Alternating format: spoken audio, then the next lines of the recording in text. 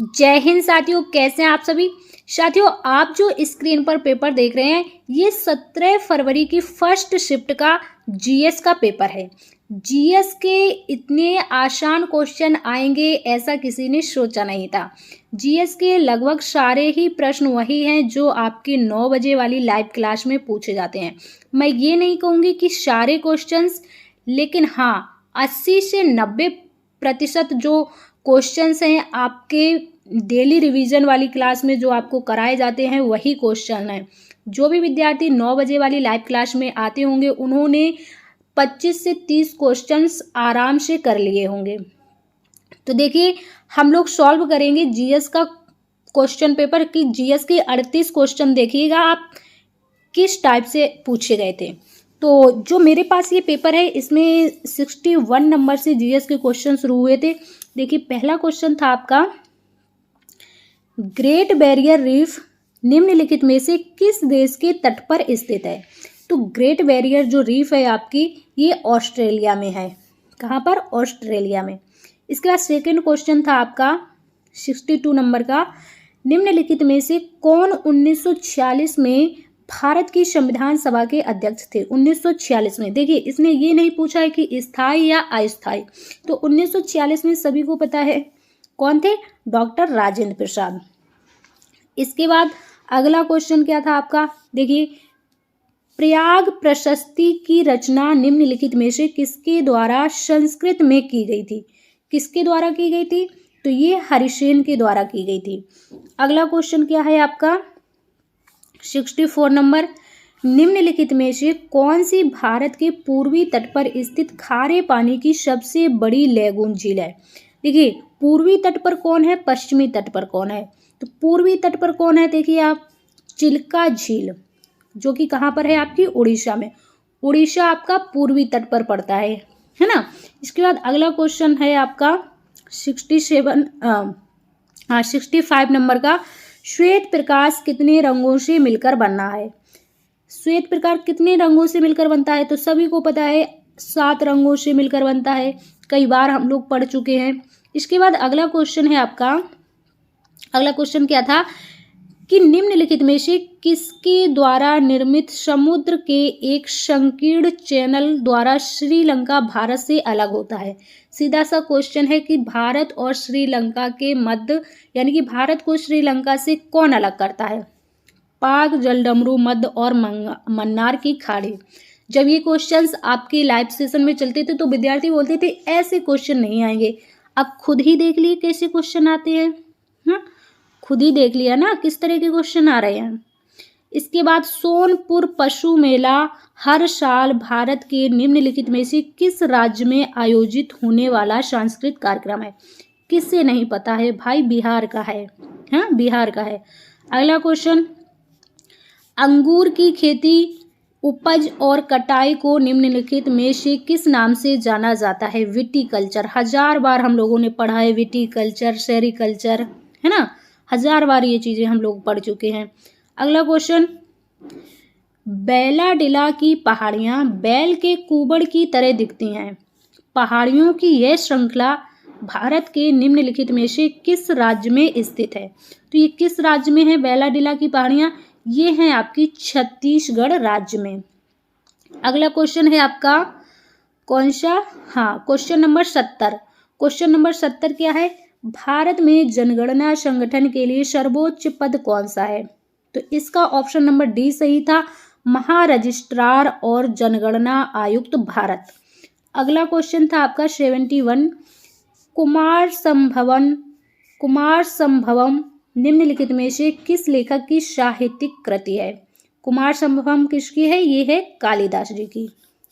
इसके बाद अगला कौन सा था आपका, विश्व पुस्तक दिवस प्रत्येक वर्ष निम्नलिखित में से किस दिन मनाया जाता है। मैंने आपसे कहा था कि इम्पोर्टेंट डेज, महत्वपूर्ण दिवस जरूर पढ़ लीजिएगा, आपके एग्जाम में क्वेश्चन बनेगा। तो ये कब मनाया जाता है, 23 अप्रैल को। अगला क्वेश्चन 73 नंबर का, निम्नलिखित में से किस राज्य के कुछ हिस्सों में 400 साल पहले नहर सिंचाई की एक स्थानीय प्रणाली विकसित हुई थी। तो किस राज्य में हुई थी, जिसे कुल्ल कहा जाता है। तो इसका आंसर हो जाएगा आपका क्या, हिमाचल प्रदेश।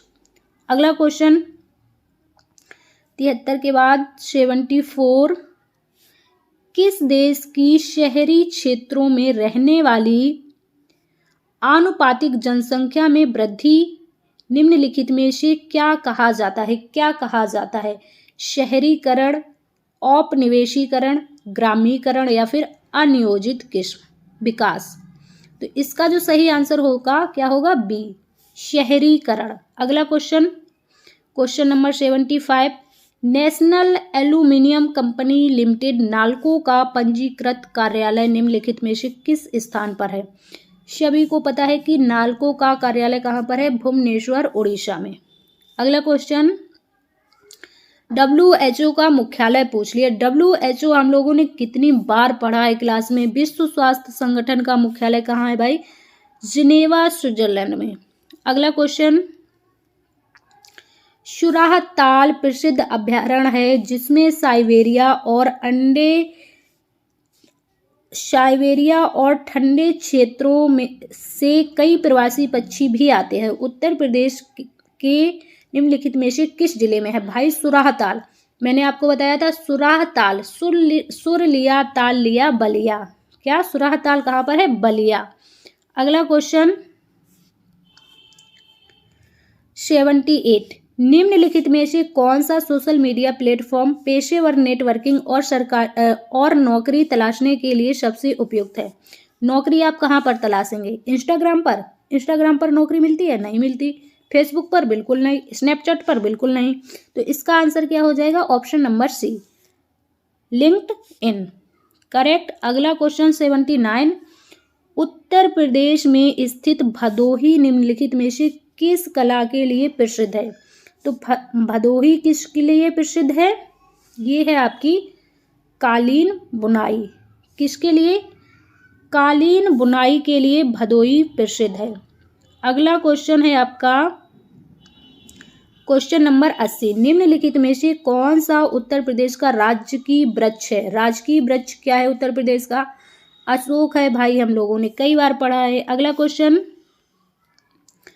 81, निम्नलिखित में से उत्तर प्रदेश का कौन सा प्रसिद्ध लोक नृत्य धान और मक्के की खेती के दौरान किया जाता है। तो कौन सा नृत्य किया जाता है भाई, ये है आपका कौन सा, हुरका बॉल।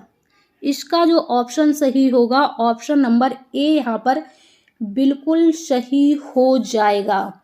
अगला क्वेश्चन है आपका, बनारस हिंदू विश्वविद्यालय की स्थापना पंडित मदन मोहन मालवीय ने निम्नलिखित में से किसके सहयोग से की थी। तो इन्होंने की थी एनी बेसेंट के सहयोग से।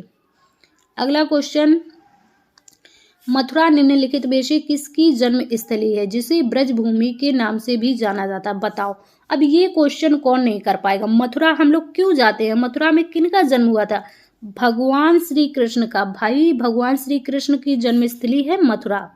अगला क्वेश्चन, अकबर का मकबरा निम्नलिखित में से किस स्थान पर स्थित है। कहाँ पर है अकबर का मकबरा, सिकंदरा में, हम लोग पढ़ चुके हैं, है ना। अगला क्वेश्चन क्या है आपका, विमुद्रीकरण को निम्नलिखित में से किस नाम से भी जाना जाता है। देखिए यहाँ पर नोटबंदी और नई मुद्रा में कंफ्यूजन है, कोई नोटबंदी बता रहा है, कोई नई मुद्रा। तो इसमें आप लोग क्या करेंगे, देखिए वैसे विमुद्रीकरण क्या होता है, नई मुद्रा कहेंगे इसको। क्यों, विमुद्रीकरण का मतलब होता है पुराने नोटों को बंद करके नई जो करेंसी होती है उसको चलन में लाना। तो यहाँ पर नोटबंदी और नई मुद्रा दोनों को आप कर सकते हैं। अब देखो आंसर की में क्या देते हैं। अगला क्वेश्चन है आपका, उत्तर प्रदेश राजस्व संहिता 2006 के अनुसार एक अवधि या एक पट्टे वचनबंध या अनुदान के तहत धारित भूमि खंड को निम्नलिखित में से क्या कहा जाता है। क्या कहा जाता है, तो ये होगा आपका धृति यानी कि होल्डिंग। अगला क्वेश्चन,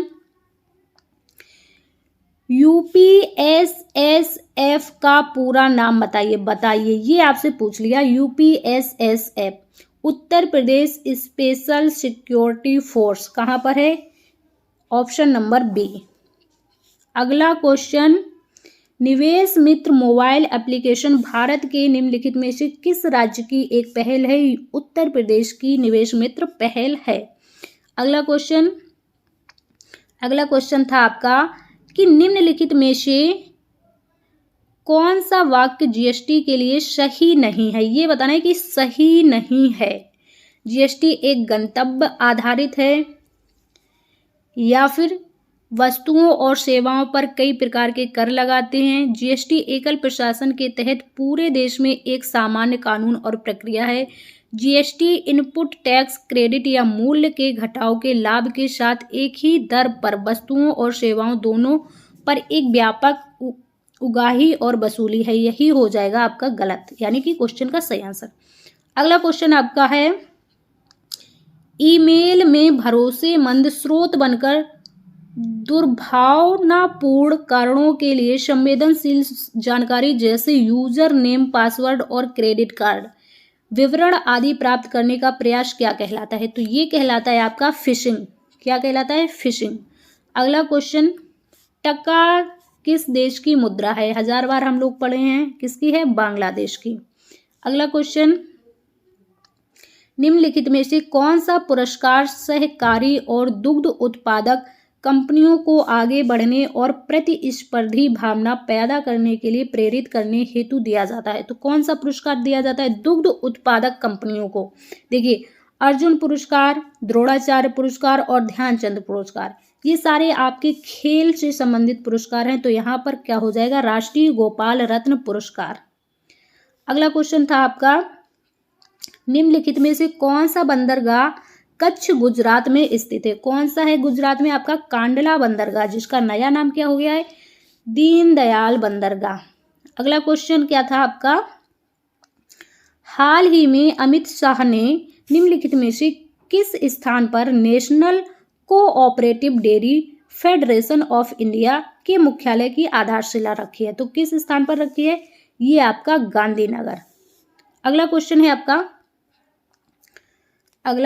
है आपका, निम्नलिखित में से कौन खुदाई खिदमतगार का संस्थापक था? तो ये कौन थे आपके खुदाई खिदमतकार के संस्थापक? ये थे आपके खान अब्दुल गफ्फार खान। अगला क्वेश्चन था आपका, निम्नलिखित में से किसने हाल ही में कोची लक्षद्वीप द्वीप समूह समरीन ऑप्टिकल फाइबर कनेक्शन का उद्घाटन किया? तो किसने किया है? नरेंद्र मोदी जी ने, प्रधानमंत्री नरेंद्र मोदी जी ने।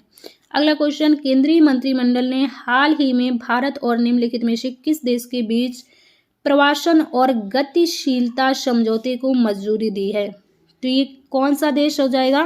यहाँ पर ऑप्शन नंबर ए, इटली। अगला क्वेश्चन, हाल ही में भारतीय नौसेना का fast attack craft INS Kabra निम्नलिखित में से किस स्थान पर पहुंचा? तो ये क्वेश्चन आपका होमवर्क है, इसका आंसर आपको करना है ऑफलाइन में। कहाँ पर पहुंचा है? इसका आंसर आपको ऑफलाइन कमेंट्स में करना है, बताना है। और जिसका जिसका ये पेपर था, तो आप लोगों ने कितने क्वेश्चंस अटेंड किए जीएस में और कितने आपके सही क्वेश्चंस बन रहे हैं, कमेंट्स में जरूर बताइएगा। आप देख पा रहे होंगे कि सारे लगभग 80 से 90% क्वेश्चंस आपकी क्लास से ही आए हैं। तो जीएस बहुत ज़्यादा टफ नहीं आ रहा है, जीएस और हिंदी नॉर्मल क्वेश्चन आ रहे हैं। आप आराम से क्वेश्चन सॉल्व करके सिलेक्शन ले सकते हैं। तो ठीक है साथी, ये था आपका जीएस का क्वेश्चंस। हिंदी के क्वेश्चंस भी हम लोग जल्दी लाएंगे। जब तक के लिए अपनी तैयारी करते रहिएगा। और कल यानी कि 18 तारीख को तो आप सभी का पेपर समाप्त हो जाएगा। उसके बाद 2-4 दिन बाद आंसर की